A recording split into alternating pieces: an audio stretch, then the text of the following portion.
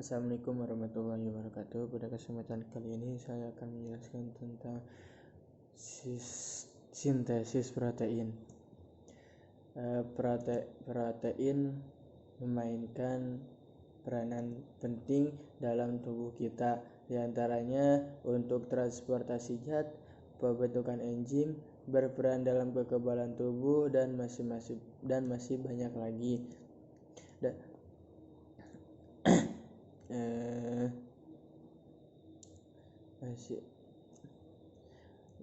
Jadi secara umum sintesis protein terdiri dari dua tahapan, yaitu transkripsi dan translasi. Transkripsi merupakan proses pembuatan salinan mRNA yang berasal dari DNA. Kalau translasi merupakan proses penerjemahan mRNA menjadi protein. Jadi singkatnya, sintesis protein adalah proses DNA menjadi mRNA, lalu mRNA menjadi protein. Proses yang pertama yaitu adalah transkripsi. Transkripsi terjadi di nukleus. Jadi ada 3 tahapan yang ada di dalam transkripsi. Yaitu yang pertama yaitu inisiasi, yang kedua yaitu adalah elongasi, dan yang ketiga yaitu adalah terminasi. Saat terjadi proses transkripsi, DNA yang terkandung dalam nukleus akan dihampiri oleh RNA polimerase. Inisiasi terjadi pada saat RNA polimerase melekat pada daerah promotor gen. Pada saat itu, RNA polimerase akan mulai membentuk RNA melalui cetakan DNA template. Poin yang harus diingat dari transkripsi yaitu adalah DNA akan berpasangan dengan urasil pada rMNA, tinin pada DNA akan berpasangan dengan adenin pada rMNA, guanin pada DNA akan berpasangan dengan sitosin pada rMNA, sitosin pada DNA akan berpasangan dengan guanin pada rMNA. Kemudian polimerase akan mengarahkan pembacaan dari arah 5 ke arah 3. Proses ini dinamakan sebagai elongasi. Transkripsi akan berakhir pada saat RNA polimerase sampai pada daerah terminator. rMNA yang telah terbentuk mengandung urutan 3 basa nitrogen yang dikenal dengan kodon. Selanjutnya rMNA ya dikenal dengan J-kodon akan meninggalkan nukleus melalui pori-pori nukleus menuju sitoplasma untuk memulai transkripsi.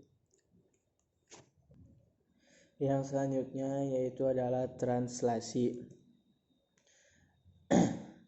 Setelah kita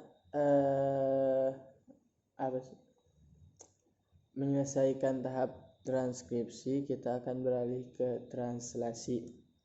rMNA yang berada di dalam nukleus akan berpindah ke sitoplasma yang merupakan tempat ditemukannya ribosom.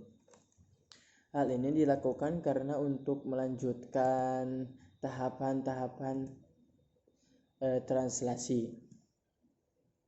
mRNA ini berperan sebagai cetakan atau pembuat protein.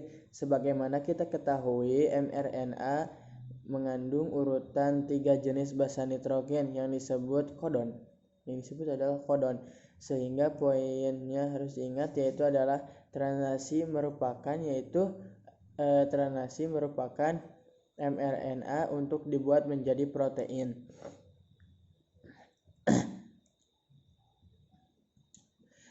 Hal yang diingat dari translasi yaitu adalah firing rule atau aturan memasang basa nitrogen. Pada translasi A pada RNMA akan berikatan dengan U pada tRNA. U pada RMNA akan berikatan dengan A pada tRNA.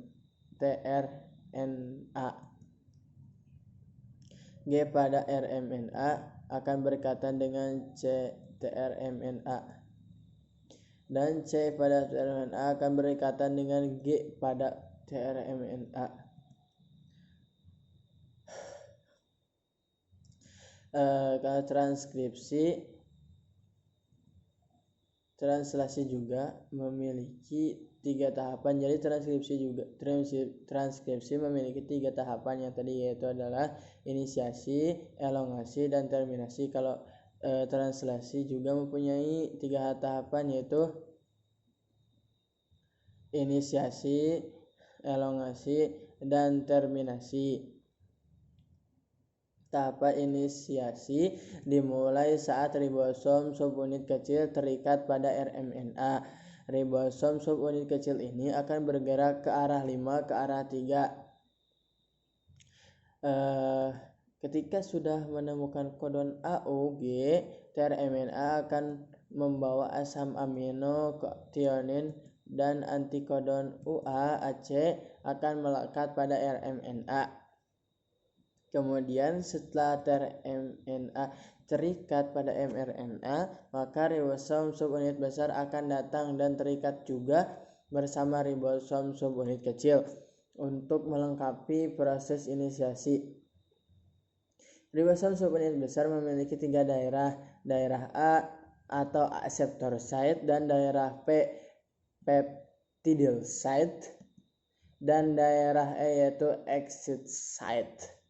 Pada saat proses terjadi elongasi, asam amino yang lain akan dibawa kepada rantai RMNA oleh RNA transfer dengan membawa antikodon untuk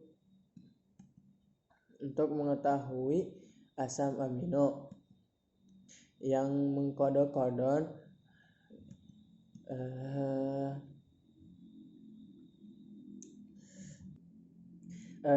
selanjutnya, asam amino yang baru akan memasuki daerah A.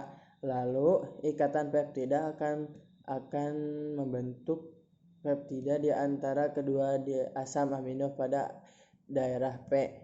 Saat itu ribosom akan berpindah ke triplet kodon lain yang ada di RMNA, sehingga tRMNA yang sudah melekat asam aminonya akan berasal di daerah E dan bersiap untuk keluar. Jadi kemudian daerah A akan bersiap untuk ditempati tRNA yang baru. Siklus ini akan terus berulang sampai tahap terminasi. Jadi terminasi terjadi karena ada salah satu yang terjadi kodon terdapat di daerah A. Kodon ini dikenali oleh protein yang dikenal sebagai release factor. Saat release factor memasuki daerah A, secara langsung atau otomatis polipeptida dari ribosom, dan ribosom akan terpisah dan siap-siap masuk untuk translasi yang baru. Jadi polipeptida ini dikenal sebagai protein. Demikian dari saya, mohon maaf bila ada kesalahan. Wassalamualaikum warahmatullahi wabarakatuh.